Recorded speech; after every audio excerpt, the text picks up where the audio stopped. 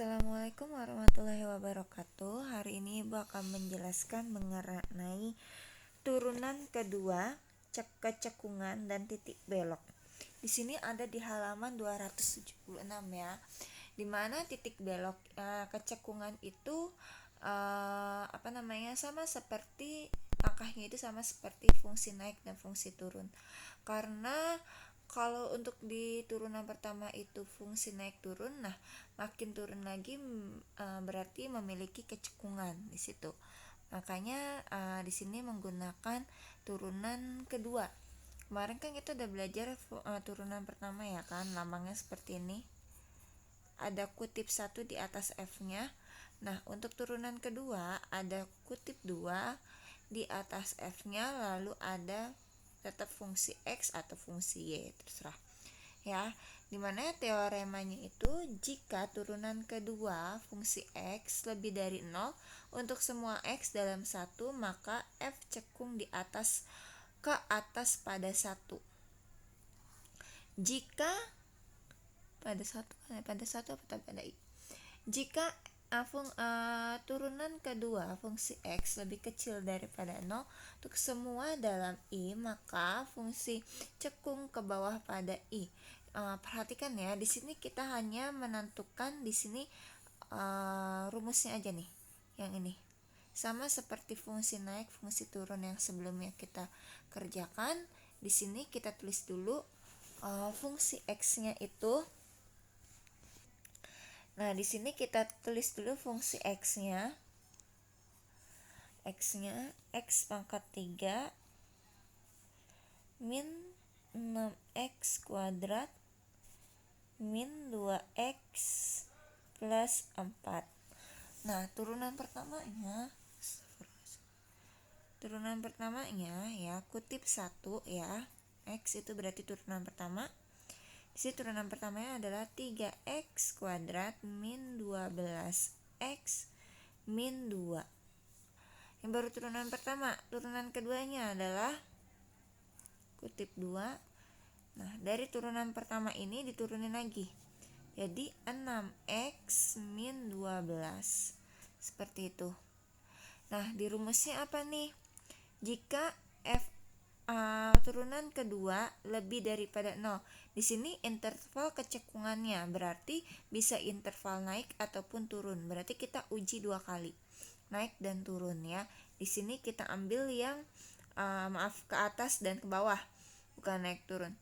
Jadi kita ambil yang atas dulu ya. Yang atas itu turunan keduanya lebih besar daripada 0. Berarti ini lebih besar daripada 0. Itu ke atas. Berarti sama dengan 6X min 12 lebih besar daripada 0. 6X lebih besar dari, ini min 12 ya kan, pindah ruas jadi 12. X lebih besar dari 3. Nah, ini udah ketemu nih. Oh ya maaf, 2. Nah, ini udah ketemu nih fungsi atasnya ya, fungsi ke atas, cekung ke atasnya maaf. Nah, cekung ke bawahnya, cekung bawah, cekung bawahnya berarti turunan keduanya ya lebih kecil daripada 0. Nah, di sini kita udah punya nih turunan keduanya, 6X min 12 lebih kecil dari 0. 6X lebih kecil dari 12. X lebih kecil dari 2.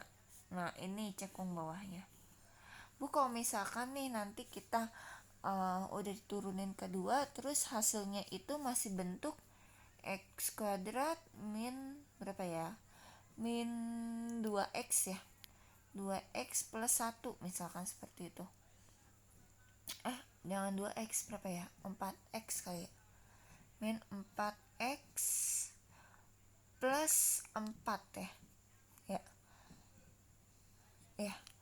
Nah, misalkan nih kan hasilnya nanti X min 2, X min 2 ya kan. Nah, ini kan X1 sama dengan 2, X2 sama dengan 2. Nah, ini karena sama, maka ambil salah satu aja seperti yang kemarin saya kasih tahu.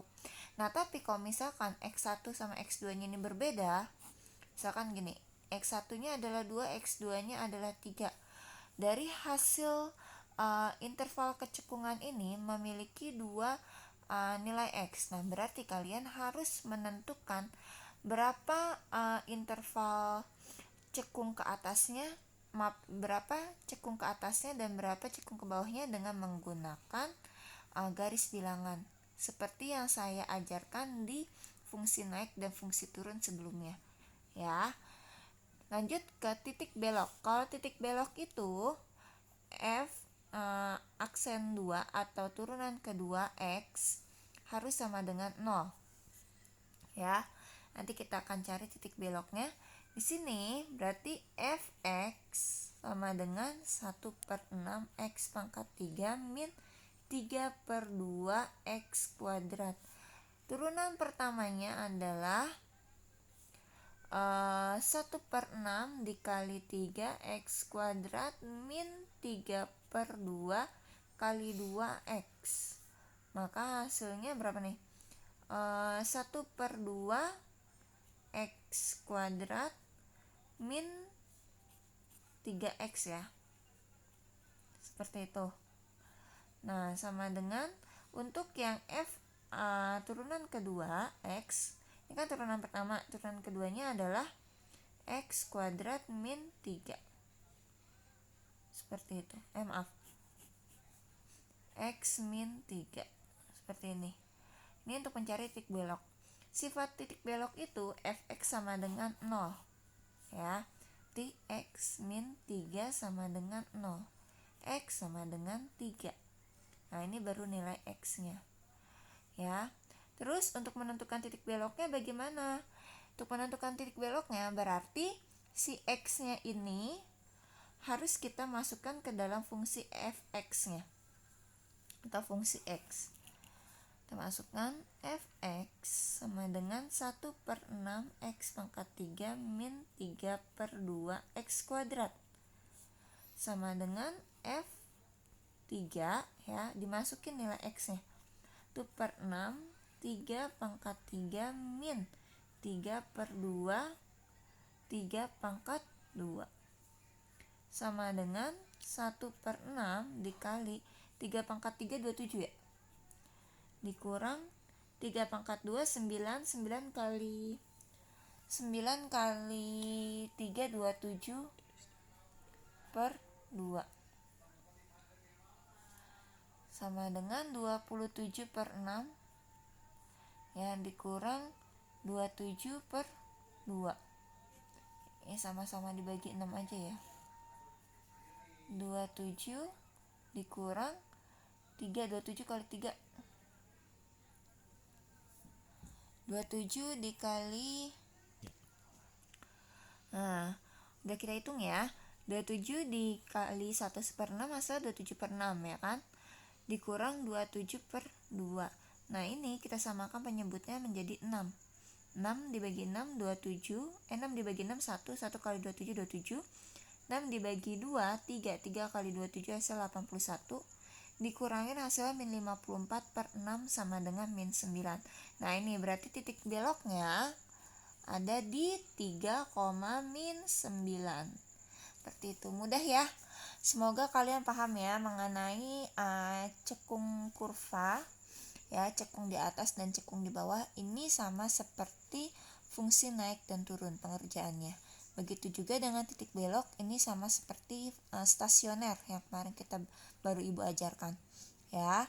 Semoga kalian paham dengan video pembelajaran hari ini. Terima kasih. Assalamualaikum.